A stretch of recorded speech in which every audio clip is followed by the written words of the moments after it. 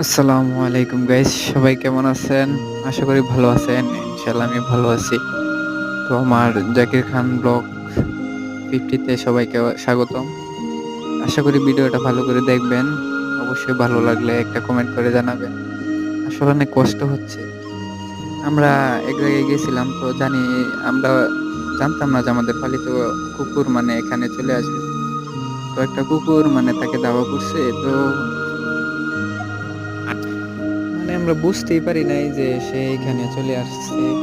তো আমরা তো আর গাড়িতে করে নিয়ে যেতে পারবো না। এখন মানে আমরা গাড়িতে উঠছি, তো সেও আমাদের গাড়ির পেছন পেছন দৌড়াচ্ছে।